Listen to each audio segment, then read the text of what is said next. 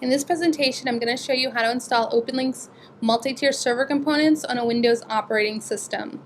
The procedure that I'm demoing is valid for both 32-bit and 64-bit Windows platforms. Before I proceed with the actual install, I do want to point out some prerequisites. First, you need to install our components on the actual Progress database server, or you must install our multi-tier server components on a machine that has functional Progress client networking. Second, you do want to ensure that basic Progress environment variables such as DLC and Progress INI are set. Likewise, the local path should contain the bin subdirectory of Progress. If you're not familiar with Progress, or you're not familiar with the manner in which it has been deployed in your current organization, you should go to your Progress DBA to resolve any questions that you have. If you do not have a Progress DBA, I can show you a few tricks to find out what Progress resources are available to you. You can test for the basic presence of Progress by using your Windows Explorer search utility to search for a standard Progress file such as progress.ini. Do note that this file name may change, so you may have to search for other files like promsgs. Here we see progress.ini in C OpenEdge bin. That means that C OpenEdge is the root of our Progress installation.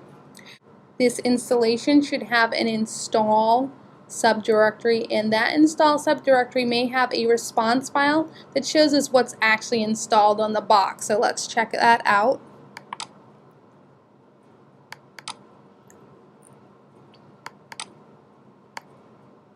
Here's our Progress installation. Here's the install subdirectory. We do have a response file. There should be a header called installed products.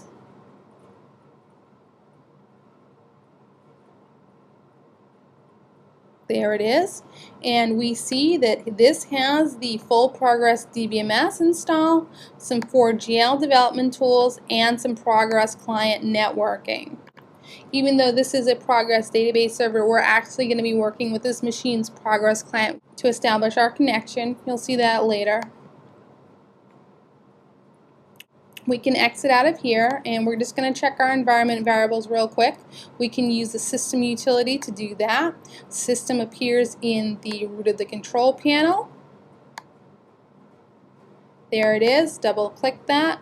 OpenLink always recommends that you work with system environment variables. Here we see DLC is set. See OpenEdge. Path contains OpenEdge bin.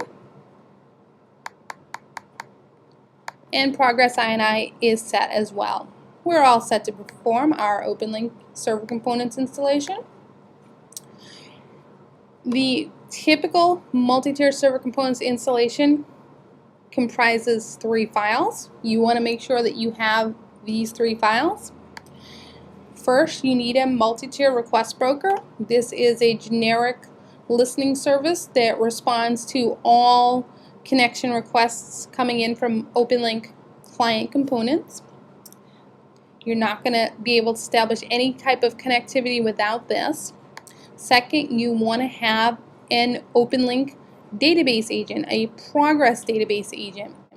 While the request broker is generic, the Progress database agents are written using the Progress CLI, so they can actually connect to Progress, submit your queries to Progress, and return your result sets to your client application. So you do need one of these, and you need an oplrqb.lic file. This is the license file that will activate your product. These files are automatically emailed to you when you download our product the first 2 times. Copies are saved in an OpenLink briefcase, which is a service that we'll make a video for in a little while. You can also purchase permanent license files from your OpenLink account manager.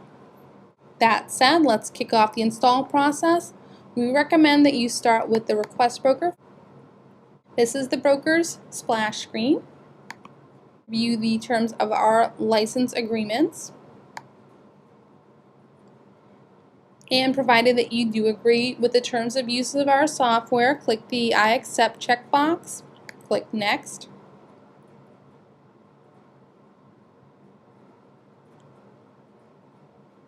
This screen prompts for the location of the license file. You can browse for that.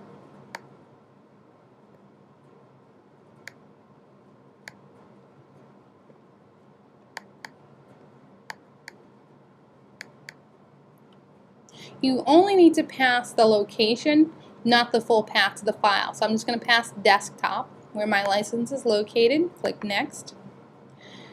We suggest that you select the complete option if you are a newbie. If you need to change the install path of the product, you would use custom to do that. But I'm going to go with the complete and install to the default location of C program files, OpenLink software. Click Install.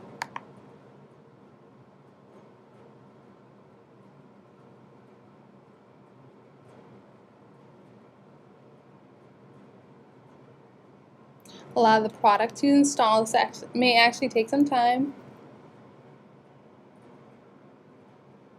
Our installation has completed, so let's click Finish.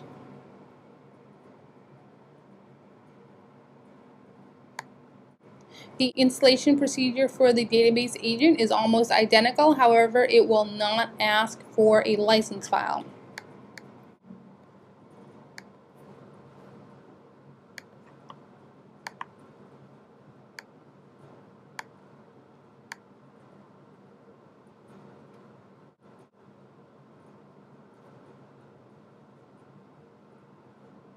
Click Finish. At this point, your OpenLink server components should be functional and ready for use. However, you may want to perform a quick check to ensure that services associated with the multi-tier server components are running. Do that by entering your control panel, entering administrative tools, launch services.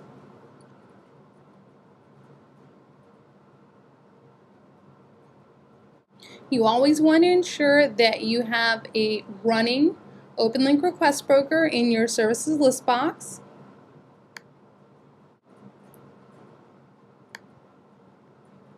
There it is running. And if you're an OpenLink 6.0 or newer user, that would cover OpenLink 6.0, 6.1, 6.2, and any future releases, you want to ensure that you have a running OpenLink license manager. That process is running as well. This installation is complete, functional, and ready for use. We now invite you to view the videos that pertain to the installation and configuration of the corresponding and necessary multi-tier client components. This concludes this lesson.